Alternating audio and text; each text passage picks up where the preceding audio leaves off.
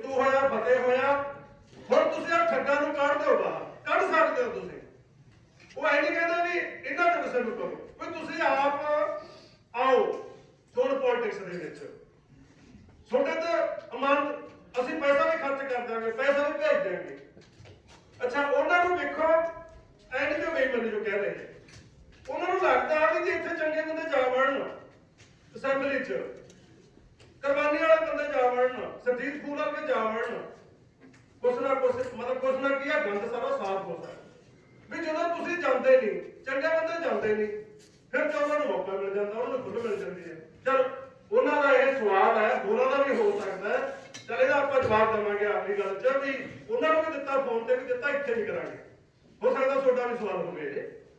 ਇਹ ਤੋਂ ਬਿਨਾਂ ਇੱਕ ਪਿੰਡਾਂ ਵਾਲਿਆਂ ਨੂੰ ਜਦੋਂ ਆਪਾਂ ਪੁੱਛਦੇ ਹਾਂ ਵੀ ਜਦ ਤੁਸੀਂ ਇੰਨੇ ਸਾਲਾਂ ਦਾ ਦੇਖਿਆ, ਹਰੇਕ ਵਾਰੀ ਇਹਨਾਂ ਵਿੱਚੋਂ ਸਪੋਲਗੀ ਨਿਕਲਦੇ ਨੇ ਪਾਰਲੀਮੈਂਟ 'ਚ। ਉਹ ਤਾਂ ਜਿਹੇ ਜਾ ਕਹਿੰਦੇ ਬੀਜ ਹੁੰਦਾ ਹੋਏ ਜੀ, ਉਹਦੇ ਚੋਂ ਆਂਡੇ ਚੋਂ ਬੱਚਾ ਨਿਕਲਦਾ ਹੁੰਦਾ। ਮਗਰਮੱਛ ਦੇ ਚੋਂ ਹੁਣ ਜੇ ਤੁਸੀਂ ਭਾਲੋਗੇ ਆਂਡੇ ਚੋਂ ਉੱਪਰ ਮੋਟਾ ਥੋੜਾ ਨਿਕਲੇਗਾ, ਮਗਰਮੱਛ ਹੀ ਨਿਕਲੂਗਾ, ਸੱਪ ਦੇ ਆਂਡੇ ਚੋਂ ਸੱਪ ਹੀ ਨਿਕਲੂਗਾ। ਸੋ ਇਸ ਕਰਕੇ ਜਿਹੜਾ ਇਹਨਾਂ ਦਾ ਖਾਸਾ ਹੈਗਾ ਇਹਨਾਂ ਦਾ ਸੰਸਥਾਵਾਂ ਦਾ, ਉਹਨਾਂ ਚੋਂ ਇਹੋ ਜਿਹਾ ਕੁਛ ਨਿਕਲਣਾ ਕੁਦਰਤੀ ਹੈ। ਪਰ ਜਦੋਂ ਆਮ ਪਿੰਡ ਵਾਲਿਆਂ ਨੂੰ ਪੁੱਛਦੇ ਹੋ ਕਹਿੰਦੇ ਯਾਰ ਠੀਕ ਹੈ, ਸਾਨੂੰ ਵੀ ਪਤਾ ਵੀ ਕੁਛ ਨਹੀਂ ਨਿਕਲਦਾ ਇਹਨਾਂ ਚੋਂ, ਫਿਰ ਮੈਂ ਕਿਹਾ ਵੋਟਾਂ ਪਾਉਣ ਕਿਉਂ ਜਾਂਦੇ ਹੋ ਤੁਸੀਂ? ਚਲੋ ਅਸੀਂ ਕਹਿੰਦੇ ਐ ਪਾ ਦਿੰਦੇ, ਘਰੇ ਰੱਖ ਕੇ ਕੀ ਕਰਨੀ ਹੈ, ਘਰੇ ਪੈਂਦਾ ਕੀ ਹੈ, ਚਲ ਪਾਇਆ ਨੇ। ਚਲ ਉਹਨਾਂ ਨੂੰ ਐ ਨਹੀਂ ਪਤਾ ਵੀ ਪਾਉਣ ਦਾ ਵੀ ਨੁਕਸਾਨ ਹੈ। ਇੱਕ ਤਾਂ ਹੁੰਦਾ ਨਾ ਵੀ ਚਲੋ ਪਾਇਆ ਯਾਰ, ਫਾਇਦਾ ਵੀ ਨਹੀਂ ਇਹਦਾ, ਨੁਕਸਾਨ ਵੀ ਨਹੀਂ ਕੋਈ। ਆਪਾਂ ਨੂੰ ਇਹ ਸਮਝਾਉਣ ਦੀ ਖਾਤਰ ਅਸੀਂ ਤੁਹਾਨੂੰ ਇੱਥੇ ਬੈਠੇ ਆ ਵੀ ਫਾਇਦਾ ਤਾਂ ਹੈ ਹੀ ਨਹੀਂ, ਪਰ ਜਦੋਂ ਤੁਸੀਂ ਪਾ ਕੇ ਆਉਣੇ ਤੁਸੀਂ ਨੁਕਸਾਨ ਕਰਕੇ ਆਉਣੇ, ਆਪਦਾ ਵੀ, ਲੋਕਾਂ ਦਾ ਵੀ ਤੇ ਪੰਜਾਬ ਦਾ ਵੀ, ਦੇਸ਼ ਦਾ ਵੀ ਨੁਕਸਾਨ ਕਰਕੇ ਆਉਣੇ। ਤੁਸੀਂ ਕਿਵੇਂ ਨੁਕਸਾਨ ਕਰਕੇ ਆਉਂਦੇ ਉਹਦੇ ਤੇ ਆਪਾਂ ਬੋਲਾਂਗੇ। ਅੱਛਾ ਉਹ ਇੱਕ ਆਏ ਕਹਿ ਦਿੰਦੇ ਨੇ ਪਿੰਡਾਂ 'ਚ ਵੀ ਯਾਰ ਪ੍ਰਧਾਨ ਜੀ ਹੋਰ ਗੱਲ ਕਰਕੇ ਨਹੀਂ ਬੋਲ, ਵੀ ਚੱਲ ਯਾਰ ਇੱਕ ਅੱਧਾ ਐਮਐਲਏ ਆਪਣਾ ਸਰਕਾਰ ਸਕੂਲ ਤਾਂ ਉਹਨਾਂ ਦੀ ਬਣੀ ਹੈ, ਜੇ ਇੱਕ ਅੱਧਾ ਆਪਣਾ ਹੋਵੇ, ਪੰਚਾਇਤ 'ਚ ਹੋਵੇ, ਪਿੰਡ 'ਚ ਇੱਕ ਮੈਂਬਰ ਹੋਵੇ, ਅਸੈਂਬਲੀ 'ਚ ਇੱਕ ਐਮਐਲਏ ਹੋਵੇ, ਆ ਜਿਹੜੀਆਂ ਉਹਦਾ ਮੁੰਡਾ ਲਾਉਣ ਵਾਲਾ ਹੁੰਦਾ, ਇਹਨਾਂ ਕੋਲ ਜਲੀਲ ਹੋਣਾ ਪੈਂਦਾ। ਜਦੋਂ ਜਾਂਦੇ ਆ ਇਹ ਮਿਹਣਾ ਵੀ ਦਿੰਦੇ ਨੇ ਵੀ ਯਾਰ ਹੁਣ ਸਾਡੇ ਕੋਲੇ ਕਿਉਂ ਮੋਹਰਾਂ ਲਵਾਉਣ ਆਏ ਹੋ, ਹੁਣ ਤੁਸੀਂ ਜਿਨ੍ਹਾਂ ਦੇ ਮਗਰ ਅੰਦੋਲਨ ਕਰਨਾ ਤੁਸੀਂ ਮੋਹਰਾਂ ਲਵਾ ਲਓ। ਐ ਨਹੀਂ ਲੱਗਦਾ ਵੀ ਚਲੋ ਯਾਰ ਆਪਣਾ ਬੰਦਾ ਹੋਊਗਾ ਤਾਂ ਆਪਾਂ ਜਲੀਲ ਨਹੀਂ ਹੋਣਾ ਪਊਗਾ, ਆਪਾਂ ਨੂੰ ਉਹਨਾਂ ਦੀਆਂ ਮਤਲਬ ਵੀ ਮਿਹਣੇ ਨਹੀਂ ਸਹਿਣੇ ਪੈਣਗੇ। ਸੋ ਇਹਦਾ ਵੀ ਆਪਾਂ ਜਵਾਬ ਦੇਵਾਂਗੇ ਵੀ ਇਹਦਾ ਹੱਲ ਕੀ ਹੈ, ਇਹਦਾ ਬਦਲ ਕੀ ਹੈ, ਕਿਵੇਂ ਉਹਨਾਂ ਦਾ ਬਦਲ ਆਪਣੇ ਕੋਲ ਹੁਣ ਵੀ ਹੈਗਾ। ਉਹ ਮੋਹਰਾਂ ਵਾਲਾ ਜਾਂ ਉਹਨਾਂ ਦੇ ਕੀ ਕਰਨਾ ਹੁੰਦਾ ਮੈਂਬਰ ਨੇ, ਉਹਨੇ ਕੋਈ ਇਹਨੂੰ ਗਵਾਹੀ ਭਰਨੀ ਹੁੰਦੀ ਹੈ ਕਿ ਤਸਦੀਕ ਕਰਨਾ ਹੁੰਦਾ ਗੱਲਾਂ ਵੀ ਭਾਈ ਹਾਂ ਬਾਕੀ ਇਹ ਬੰਦਾ ਇੱਥੋਂ ਦਾ ਲਹਿਰੇ ਰੋਹੀ ਦਾ ਹੈਗਾ, ਮੈਂ ਤਸਦੀਕ ਕਰਦਾ। ਮੈਂਬਰ ਨੇ, ਸਰਪੰਚ ਨੇ, ਨੰਬਰਦਾਰ ਦਾ ਇੱਕੋ ਹੀ ਕੰਮ ਹੈ ਵੀ ਉਹਨੇ ਕੋਈ ਫਾਰਮ ਹੈ ਕਿਸੇ ਵੀ ਕਿਸਮ ਦਾ ਤਸਦੀਕ ਕਰਨਾ, ਹੋਰ ਕੁਛ ਨਹੀਂ। ਉਹਨੇ ਆਪਦੇ ਕੋਲ ਕੁਛ ਨਹੀਂ ਕਰਨਾ ਹੁੰਦਾ। ਜੇ ਉਹਦਾ ਕੋਈ ਗਵਾਹ ਵੀ ਹੈਗਾ ਵੀ ਕਿਹੜਾ ਹੁੰਦਾ, ਹਾਂ ਭਾਈ ਜਿਹੜਾ ਗਵਾਹ ਬਣਿਆ ਹਾਂ ਬਾਕੀ ਇਹ ਪਿੰਡ ਦਾ ਹੈਗਾ।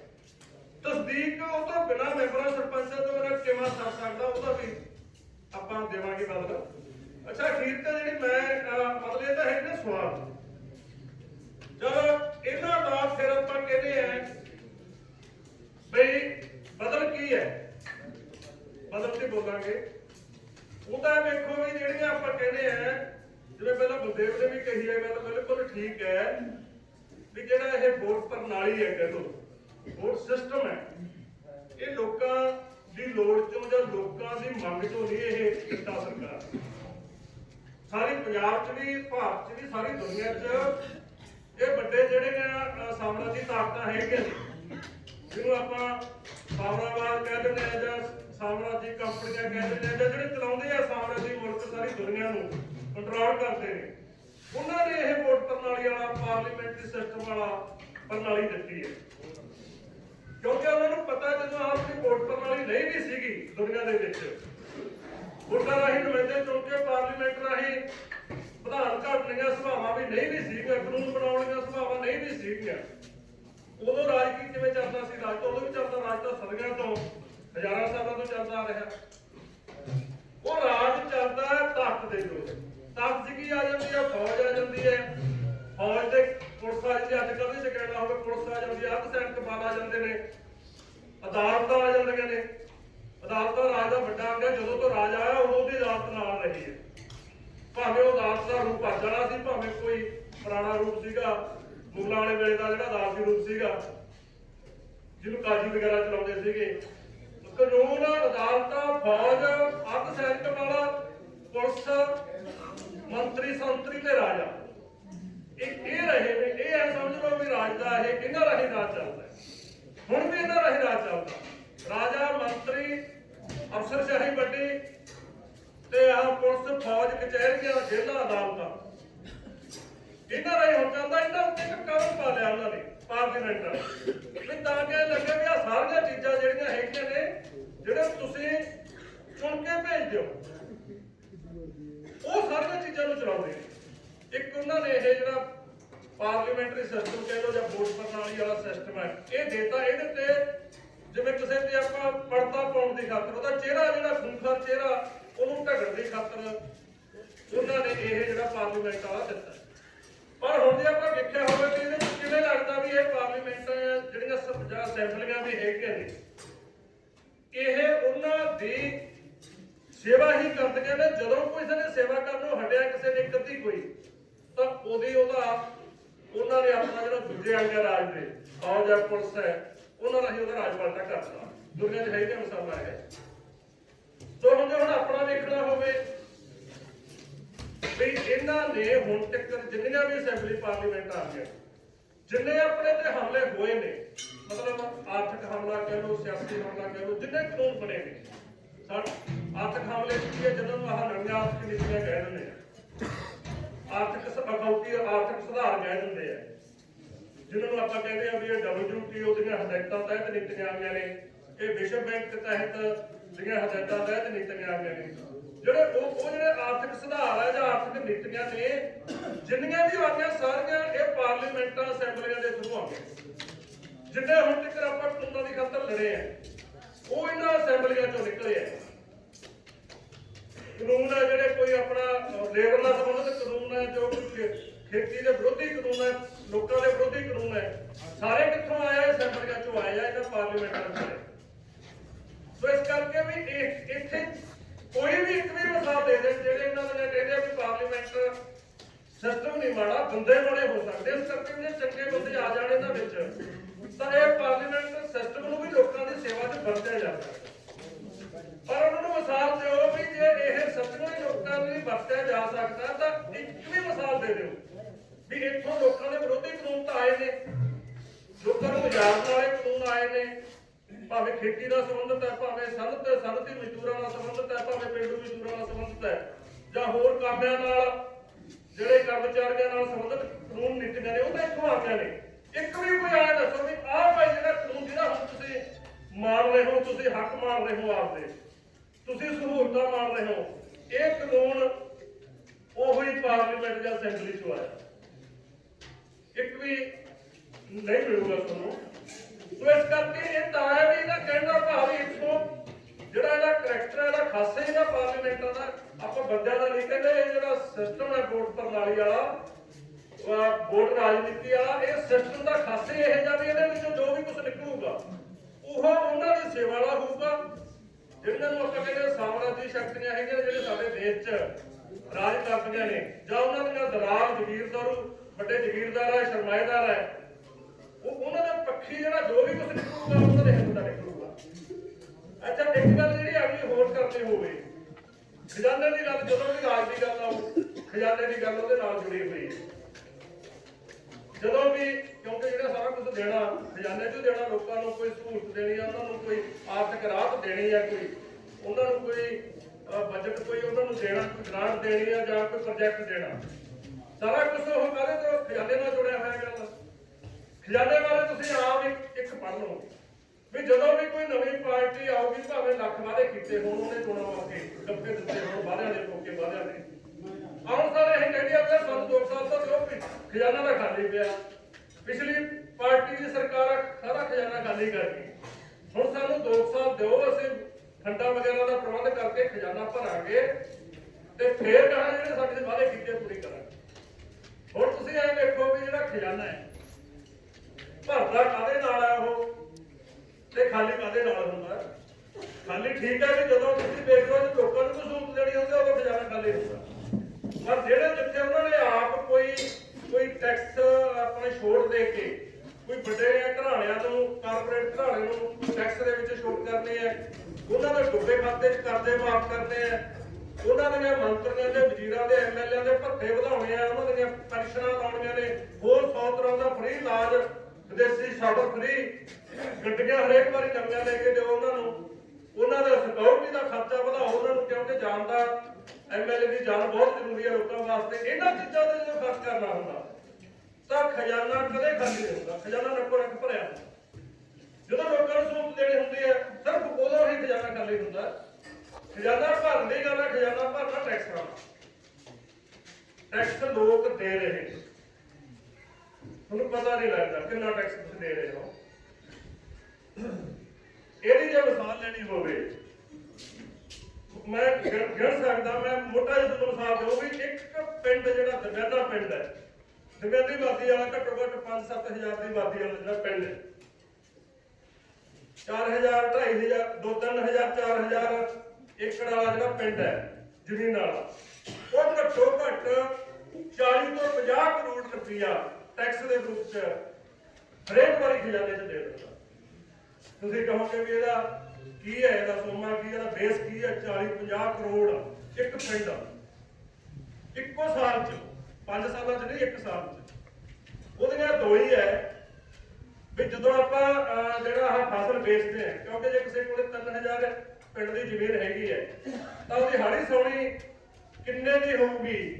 1 ਕੁਇੰਟਲ ਦੇ ਆਪਾਂ 2.5 ਰੁਪਏ ਉਹਨਾਂ ਨੂੰ ਸਰਕਾਰ ਨੂੰ ਟੈਕਸ ਮਿਲ ਜਾਂਦਾ ਜਿਹੜੀ ਅਸੀਂ ਫਸਲ ਪੈਦਾ ਕਰਕੇ ਵੇਚਦੇ ਹਾਂ।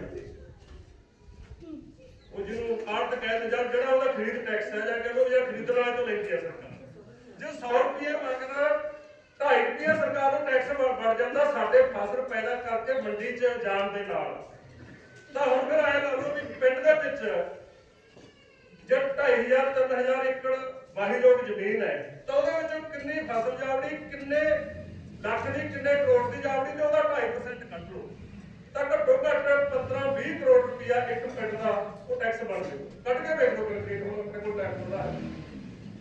ਉਦੋਂ ਬਾਅਦ ਟੈਕਸ ਵਾਲੀ ਗੱਲ ਆ ਜਾਂਦੀ ਹੈ ਜਿਹੜਾ ਆਪਾਂ ਜਦੋਂ ਫਸਲ ਖਰੀਦ ਨਾ, ਆਪਾਂ ਕੋਈ ਵੀ ਚੀਜ਼ ਖਰੀਦਦੇ ਆ ਬਾਜ਼ਾਰ ਤੋਂ, ਭਾਵੇਂ ਮਜ਼ਦੂਰ ਖਰੀਦਦਾ, ਭਾਵੇਂ ਕਿਸਾਨ ਖਰੀਦਦਾ, ਭਾਵੇਂ ਕੋਈ ਕਰਮਚਾਰੀ ਖਰੀਦਦਾ, ਮੁਲਾਜ਼ਮ ਖਰੀਦਦਾ, ਤਾਂ ਜਿਹੜਾ GST ਹੈ, ਟੈਕਸ ਹੈ ਜਿਹੜਾ ਇੱਕ ਜਨਰਲ ਟੈਕਸ ਹੈ, ਜਿਹੜੇ ਦੀ ਦਰ ਹੈਗੀ ਹੈ 28% ਤੱਕ ਵੀ ਹੈਗੀ ਹੈ, 18 ਤੱਕ ਵੀ ਹੈਗੀ ਹੈ, 8 ਤੋਂ ਸ਼ੁਰੂ ਹੋ ਕੇ 28 ਤੱਕ ਜਾਂਦਾ। ਆਫਤ ਲਾ ਲਓ, ਆਪਾਂ 15% ਲਾ ਲਓ GST, ਉਸ ਤੇ ਵੱਧਦੀ ਹੋਊ, ਉਸ ਤੇ ਘਟਦੀ ਹੋਊ, ਆਫਤ ਐਵਰੇਜ 15 ਦੀ ਹੋਊ। ਤਾਂ ਜੇ ਇੱਕ ਜਿਹੜਾ ਮਤਲਬ ਮਜ਼ਦੂਰ ਹੈ ਜਿਹੜਾ ਠੇਕੇ ਤੇ ਲੱਗਿਆ ਹੋਇਆ ਲੱਖ ਰੁਪਏ ਦੇ, ਜੇ ਉਹਨੇ ਲੱਖ ਰੁਪਏ ਦੀ ਵੀ ਸਮਝ ਲਾ ਬਾਜ਼ਾਰ ਤੋਂ ਸਮਾਨ ਖਰੀਦਿਆ, ਆਪਣੀਆਂ ਜਿਹੜੀਆਂ ਘਰ ਦੀਆਂ ਪਰਿਵਾਰ ਦੀਆਂ ਜਿਹੜੀਆਂ ਜ਼ਰੂਰੀ ਲੋੜਾਂ ਬਾਜ਼ਾਰ ਤੋਂ ਖਰੀਦ ਗਿਆ, ਤਾਂ 18% ਦੇ ਹਿਸਾਬ ਨਾਲ ਲਾ ਲਓ, 15% ਦੇ ਹਿਸਾਬ ਨਾਲ ਲਾ ਲਓ 1 ਲੱਖ ਦਾ।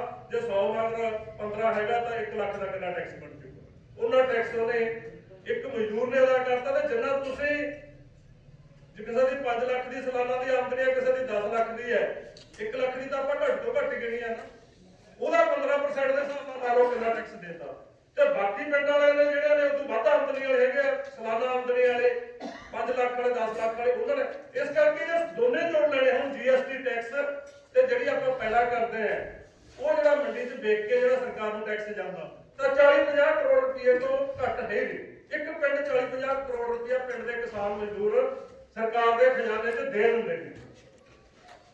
ਪਰ ਉਹ ਜਿਹੜਾ ਸਾਥੋਂ ਜਿਵੇਂ ਆਪਾਂ ਨਾਰਾ ਲਾਉਂਦੇ ਹੁੰਦੇ ਆ, ਸਾਥੋਂ ਖੋ ਕੇ ਵੱਡਿਆਂ ਨੂੰ ਛੋਟਾਂ, ਲੁੱਟ ਤੇ ਮੋਹਰ ਦਬਾਉਂਦੀਆਂ ਵੋਟਾਂ, ਆਹ ਜਿਹੜਾ ਕੁਝ ਸਾਰਾ ਕੁਝ ਕਰਦੇ ਆ। ਸਾਥੋਂ 40 ਕਰੋੜ ਲੈ ਰਿਹਾ ਤਾਂ ਮੈਨੂੰ ਨਹੀਂ ਲੱਗਦਾ ਵੀ ਇੱਕ ਪਿੰਡ ਨੂੰ 1 ਕਰੋੜ ਵੀ ਵਾਪਸ ਦਿੰਦੇ ਹੁਣ ਗ੍ਰਾਂਟਾਂ। ਜੇ ਇੱਥੇ ਠੀਕ ਹੈ ਕਿਸੇ ਨੂੰ 10 ਲੱਖ ਦੀ ਗ੍ਰਾਂਟ ਦੇ ਕੇ, ਕਿਸੇ ਨੂੰ ਧਰਮਸ਼ਾਲਾ ਦੀ, ਕਿਸੇ ਨੂੰ ਹੋਰ ਹੈ, ਫਿਰ ਫੁੱਟਬਾਲ ਹੁੰਦੇ ਵੀ ਵੇਖੋ ਜੀ ਆਹ ਤੁਹਾਨੂੰ 1 ਲੱਖ ਦੀ ਗ੍ਰਾਂਟ ਦੇ ਗਿਆ ਐਮਐਲਏ। ਸੋ ਉਹ ਜਿਹੜਾ ਸਾਥੋਂ ਖੋਲਿਆ ਤੇ ਉਹ ਲੱਗਦਾ ਸਾਰਾ ਇਹਨਾਂ ਤੇ, ਇਹਨਾਂ ਦੀਆਂ ਟੈਕਸ ਸੁੱਟਾਂ ਤੇ ਲੱਗਦਾ, ਇਹਨਾਂ ਦੀਆਂ ਕਰਜ਼ਾ ਮਾਫੀਆਂ ਤੇ ਲੱਗਦਾ, ਕਾਰਪੋਰੇਟ ਘਰਾਣਿਆਂ ਦੀਆਂ, ਇਹਨਾਂ ਦੀ ਸੁਰੱਖਿਆ ਤੇ ਲੱਗਦਾ, ਇਹਨਾਂ ਦੀਆਂ ਜਿਹੜੀਆਂ ਹੋਰ ਸਹੂਲਤਾਂ ਵਗੈਰਾ ਹੈਗੀਆਂ ਨੇ ਉਹਨਾਂ ਤੇ ਲੱਗਦਾ। ਅਫਸਰਸ਼ਾਹੀ ਦੇ ਜਿਹੜੀ ਉਹਨਾਂ ਦੀਆਂ ਪੈਨਸ਼ਨਾਂ ਨੇ, ਉਹਨਾਂ ਦੀਆਂ ਵੱਡੀਆਂ ਮੋਟੀਆਂ ਤਨਖਾਹਾਂ ਨੇ, ਭੱਤੇ ਆ, ਉਹਨਾਂ ਤੇ ਲੱਗਦਾ। ਹਾਂ, ਜੇ ਇੱਥੇ ਜਿਹੜੇ ਟੈਕਸ ਜਿੱਥੇ ਕੋਈ ਸਹੀ ਰੂਪ ਪੱਕੀ ਪ੍ਰਬੰਧ ਹੁੰਦਾ ਉਹ ਟੈਕਸ ਭਰਿਆ ਜਾਂਦਾ ਜਿੰਨਾ ਜਾਇਦਾਦ ਟੈਕਸ ਲਾ ਕੇ। ਇਹ ਕੀ ਹੈ? ਇਹ ਇਨਡਾਇਰੈਕਟ ਟੈਕਸ ਹੈ, ਤੁਹਾਡੀਆਂ ਜੇਬਾਂ ਚੋਂ ਕੱਢ ਲਿਆ GST ਲਾ ਕੇ। ਪਰ ਜਿੱਥੇ ਲੱਗਦਾ ਜੇ ਕੋਈ ਸਹੀ ਪ੍ਰਬੰਧ ਹੋਵੇ ਤਾਂ ਟੈਕਸ ਹੁੰਦਾ ਜਾਇਦਾਦ ਤੇ। ਇੱਕ ਆਪਣਾ ਪੀ ਸਾਈਨਾਥ ਹੈ, ਕੋਈ ਪੱਤਰਕਾਰ, ਉਹਨੇ ਪਿਛਲੇ ਦਿਨੀ ਪਾਰਲੀਮੈਂਟ 'ਚ ਕਿਹਾ ਸੀ ਵੀ 44 ਲੱਖ ਕਰੋੜ ਦੀ ਜਿਹੜੀ ਹੈਗੀ ਆ ਦੌਲਤ ਹੈ ਕੁਛ ਘਰਾਣਿਆਂ ਕੋਲੇ, 44 ਲੱਖ ਕਰੋੜ ਦੀ। ਜੇ ਜਾਇਦਾਦ ਟੈਕਸ ਲਾਉਣਾ ਹੋਵੇ ਵੀ ਲੈ ਭਾਈ ਤੂੰ 100 ਦੇ ਵਿੱਚੋਂ 10 ਰੁਪਏ ਦੇ ਦੇ, 10% ਸੱਚ 100 ਦੇ ਵਿੱਚੋਂ 10% ਹੀ ਬਣ ਗਿਆ, ਤਾਂ 40 ਲੱਖ ਕਰੋੜ ਦੇ ਵਿੱਚੋਂ ਲੈਣਾ ਹੋਵੇ ਤਾਂ ਮੇਰਾ ਕਹਿੰਦਾ ਸੀ 4.5 ਜਾਂ 5 ਲੱਖ ਕਰੋੜ ਕੱਲਾ ਉਹਨਾਂ ਦੀ 10% ਜਾਇਦਾਦ ਟੈਕਸ ਲਾਉਣ ਦੇ ਨਾਲ ਹੀ ਆ ਜਾਂਦਾ। ਤੇ 4.5 ਲੱਖ ਕਰੋੜ ਦੇ ਨਾਲ ਕੀ ਕੁਛ ਆ ਸਕਦਾ ਹੈ? ਜਿਹੜਾ ਆਪਾਂ ਆਹ ਗਰੰਟੀ ਕਰੋੜ ਦੀ ਮੰਗ ਕੀਤੀ ਸੀ ਤਾਂ ਸਾਡੀ ਸਾਰੀਆਂ ਫਸਲਾਂ ਤੇ MSP ਮਿਲ ਜੇ ਤੇ ਕਾਨੂੰਨੀ ਗਰੰਟੀ ਹੋ ਜੇ। ਤੇ ਸਰਕਾਰ ਕਹਿੰਦੀ ਸੀਗੀ ਵੀ ਜੇ ਸਾਰੀਆਂ ਫਸਲਾਂ ਨੂੰ ਸਰਕਾਰ ਨੇ ਖਰੀਦਣਾ ਹੋਵੇ ਤਾਂ ਘੱਟੋ ਘੱਟ ਉਹਦਾ ਕਹਿੰਦੇ ਸੀਗੇ ਵੀ 16 ਲੱਖ ਕਰੋੜ ਦਾ ਪ੍ਰਬੰਧ ਕਰਨਾ ਪਊ, ਫਿਰ ਸਾਰੀਆਂ ਫਸਲਾਂ ਸਰਕਾਰੀ ਭਾਅ ਤੇ ਖਰੀਦੀਆਂ ਜਾ ਸਕਦੀਆਂ ਨੇ। ਇੰਨਾ ਪੈਸੇ ਦਾ ਬਜਟ ਕਿੱਥੋਂ ਪ੍ਰਬੰਧ ਕਰਾਂਗੇ? ਉਹ ਹੈਗਾ ਸੀ ਵੱਡਾ ਅੰਕੜਾ। ਮਹਾਰਾਜ ਨੇ ਦੱਸਿਆ ਸੀਗਾ ਵੀ 16 ਲੱਖ ਕਰੋੜ ਗਲਤ ਕਹਿੰਦੇ, 4 ਜਾਂ 5 ਲੱਖ ਕਰੋੜ ਪ੍ਰਬੰਧ ਕਰਨ ਦੇ ਨਾਲ ਹੀ ਸਾਰੀਆਂ ਫਸਲਾਂ MSP ਤੇ ਖਰੀਦੀਆਂ ਜਾ ਸਕਦੀਆਂ। ਸੋ ਇਸ ਕਰਕੇ ਵੀ ਉਹ ਜਿਹੜਾ ਮੈਂ ਗੱਲ ਕੀਤੀ ਹੈ ਵੀ ਇਹ ਕੱਲਾ 10% ਉਹਨਾਂ ਦੀ ਜਾਇਦਾਦ ਟੈਕਸ ਲਾ ਦੇਣ ਜਿਹੜੇ ਵੱਡੇ ਧਨਾੜ ਹੈ, ਵੱਡੇ ਦੌਲਤਮੰਦ ਹੈ ਦੇਸ਼ ਦੇ, ਤਾਂ ਉਹ ਆਪਣਾ MSP ਤੇ ਕਾਨੂੰਨੀ ਗਾਰੰਟੀ ਦੇਣ ਦੀ ਖਾਤਰ ਉਹ ਜਿਹੜਾ ਬਜਟ ਹੈ ਕੱਲਾ 10% ਜਾਇਦਾਦ ਟੈਕਸ ਨਾਲ ਮਿਲਦਾ। ਪਰ ਉਹਨਾਂ ਦਾ ਹੈਗਾ ਵੀ ਸਿੱਧਾ ਟੈਕਸ ਨਹੀਂ ਲਾਉਂਦੇ, ਸਿੱਧਾ ਟੈਕਸ ਲਾਉਂਦੇ ਆ। ਇਹ ਸਾਰੇ ਜਿਹੜੇ ਕਾਨੂੰਨ ਹੈ, ਇਹ ਸਾਰੀਆਂ ਨੀਤੀਆਂ ਵੀ ਟੈਕਸ ਸਿੱਧਾ ਲਾਉਣਾ, ਜਾਇਦਾਦ ਤੇ ਲਾਉਣਾ ਤੇ GST ਰੱਖ ਲਾਉਣਾ, ਇਹ ਸਾਰੇ ਫੈਸਲੇ ਹੈ, ਇਹ ਸਾਰੇ ਕਾਨੂੰਨ ਹੈ। ਇਹ ਸਮਝ ਲਓ ਵੀ ਉਹ ਜਿਹੜਾ ਇਹੀ ਪਾਰਲੀਮੈਂਟ ਆ, ਇਹੀ ਅਸੈਂਬਲੀਆਂ ਦੇ ਵਿੱਚੋਂ ਪਾਸ ਹੁੰਦੇ ਆ। ਇਸ ਕਰਕੇ ਅਸੀਂ ਕਹਿੰਦੇ ਆ ਵੀ ਜਿਹੜਾ ਇਹ ਪਾਰਲੀਮੈਂਟਰੀ ਸਿਸਟਮ ਹੈ, ਵੋਟ ਪ੍ਰਣਾਲੀ ਹੈ, ਵੋਟਾਂ ਰਾਹੀਂ ਪ੍ਰਤੀਨਿਧ ਚੁਣ ਕੇ ਸਰਕਾਰ ਬਣਾਉਣ ਵਾਲੀ ਪ੍ਰਣਾਲੀ ਹੈ ਜਿਹੜੀ, ਇਹ ਉਹਨਾਂ ਦੀ ਬਣਾਈ ਆ। ਤੇ ਇਹਨਾਂ ਵਿੱਚੋਂ ਸਾਰੀਆਂ ਨੀਤੀਆਂ ਕਾਨੂੰਨਾਂ ਜਿਹੜੀਆਂ ਉਹ ਆਪਾਂ ਕਹਿ ਦਿੰਦੇ ਆ ਦੇਸ਼ ਸਾਡੀਆਂ ਦੁਸ਼ਮਣ ਜਮਾਤਾਂ ਹੈ ਕਿ ਸਾਮਰਾਜ ਵੀ ਆ ਜਾਂਦੇ ਉਹਦੇ ਵਿੱਚ, ਤੇ ਉਹਨਾਂ ਦੇ ਦਲਾਲ ਭਾਰਤੀ ਹਾਕਮ ਆ ਜਾਂਦੇ ਨੇ, ਵੱਡੇ ਜ਼ਗੀਰਦਾਰ ਆ ਜਾਂਦੇ, ਵੱਡੇ ਸਰਮਾਏਦਾਰ ਆ ਜਾਂਦੇ, ਉਹਨਾਂ ਦੀ ਖਾਤਰ ਸਾਰਾ ਸਿਸਟਮ ਹੈ ਜਿਹੜਾ ਹੈ ਉਹਨਾਂ ਦੀ ਖਾਤਰ ਹੈ। ਸੋ ਅਗਲੀ ਗੱਲ ਮੈਂ ਜਿਹੜੀ ਕਰੂੰਗਾ ਬਦਲ ਵਾਲੀ ਗੱਲ, ਪਿਛਲੀ ਵਾਰ ਵੀ ਕੱਲ ਆਪਾਂ ਤੇ ਪਰਸੋਂ ਬੋਲੇ ਸੀ ਬਰਨਾਲੇ, ਇੱਥੇ ਆ ਜਾਂਦੇ ਆ ਵੀ ਗੱਲ ਫਿਰ ਇਹਦਾ ਹੱਲ ਕੀ ਹੈ? ਇਹਦਾ ਠੀਕ ਹੈ ਸਾਰਾ ਕੁਝ, ਇਹ ਵੋਟ ਪ੍ਰਣਾਲੀ ਵੀ ਉਹਨਾਂ ਨੇ ਆਪਦੀ ਖਾਤਰ ਬਣਾਈ ਹੈ। ਅਸੈਂਬਲੀਆਂ ਪਾਰਲੀਮੈਂਟਾਂ ਚੋਂ ਜਿਹੜੇ ਕਾਨੂੰਨ ਰੂਪੀ ਆਂਡੇ ਨਿਕਲਣਗੇ ਉਹਨਾਂ ਚੋਂ ਵੀ ਸੱਪੀ ਨਿਕਲਣਗੇ ਸਾਰਿਆਂ ਚੋਂ, ਇਹ ਸਾਰੀਆਂ ਗੱਲਾਂ ਸਹੀ ਹੈ। ਇਹ ਵੋਟ ਬਾਟ ਕੇ ਵੀ ਭ੍ਰਿਸ਼ਟ ਹੈ। ਤੁਸੀਂ ਕਹਿੰਦੇ ਵਿੱਚ ਜਾ ਕੇ ਉਹ ਭ੍ਰਿਸ਼ਟ ਰਾਜਨੀਤੀ ਦੇ ਵਿੱਚ ਜਾ ਕੇ ਜਿਹੜੀ ਇਹ ਅਸੈਂਬਲੀਆਂ 'ਚ ਜਾ ਕੇ ਅਸੀਂ ਵੀ ਕੁਝ ਨਹੀਂ ਕਰ ਸਕਦੇ। ਜੇ ਚੀਜ਼ਾਂ ਹੈਗੀਆਂ ਫਿਰ ਇਹਦਾ ਇਲਾਜ ਕੀ ਹੈ ਬਿਮਾਰੀ ਦਾ? ਕੀ ਅਸੀਂ ਫਿਰ ਆਮ ਜਿਹੜੇ ਸਾਡੇ ਸਧਾਰਨ ਭਰਾ ਕਹਿ ਦਿੰਦੇ ਕਿ ਸਾਰੀ ਉਮਰ ਅਸੀਂ ਦੋਗਣੀ ਕਰੇ ਜਾਵਾਂਗੇ, ਰਾਜ ਫਿਰ ਇਹਨਾਂ ਦੀ ਚੱਲੀ ਜਾਊਗਾ? ਇਹਨਾਂ ਦੀ ਆਹ ਜਿਹੜੀ ਭ੍ਰਿਸ਼ਟ ਰਾਜਨੀਤੀ ਹੈ ਨੂੰ ਅਸੀਂ ਤਮਾਸ਼ਬੀਨ ਬਣ ਕੇ ਦੇਖਦੇ ਰਹਿੰਦੇ ਸਾਰੇ ਵੀ ਹਾਂ ਭਾਈ ਅਸੀਂ ਤਾਂ ਹੁਣ ਭ੍ਰਿਸ਼ਟ 'ਚ ਜਾਣਾ ਨਹੀਂ। ਤੇ ਇਹ ਫਿਰ ਜਿਹੜੇ ਭ੍ਰਿਸ਼ਟ ਹੈ ਇਹ ਆਪਣੀਆਂ ਮਤਾਂ ਦੀਆਂ ਕਰੀ ਜਾਣ। ਇਹਨਾਂ ਦਾ ਇਲਾਜ ਕੀ ਹੈ? ਫਿਰ ਇਹਦਾ ਬਦਲ ਕੀ ਹੈ ਇਹਦਾ? ਸੋ ਜਿਹੜਾ ਆਪਾਂ ਇੱਕ ਗੱਲ ਤਾਂ ਕਹਿ ਦਿੰਦੇ ਆ ਜਿਵੇਂ ਭਗਤ ਸਿੰਘ ਦੀ ਆਪਣਾ ਨਾਰਾ ਵੀ ਹੈਗਾ ਵੀ ਸਾਰਾ ਇਹ ਰਾਜ ਪ੍ਰਬੰਧ ਹੈ, ਜਿਹੜਾ ਰਾਜ ਭਾਗ ਹੈ, ਸਾਰੇ ਹੀ ਇੱਕ ਭਾਂਡਾ ਬਦਲਣ ਵਾਲੇ ਸਾਰੇ ਹੀ ਆਵਾਜ਼ ਉੱਤੇ ਆ ਜਾਂਦਾ, ਸਾਰੇ ਭਾਂਡੇ ਬਦਲਣ ਵਾਲੇ ਹੈ, ਜੜ੍ਹਾਂ ਤੋਂ ਲੈ ਕੇ ਸਾਰੀ ਤਬਦੀਲੀ ਕਰਨ ਵਾਲੀ ਹੈ।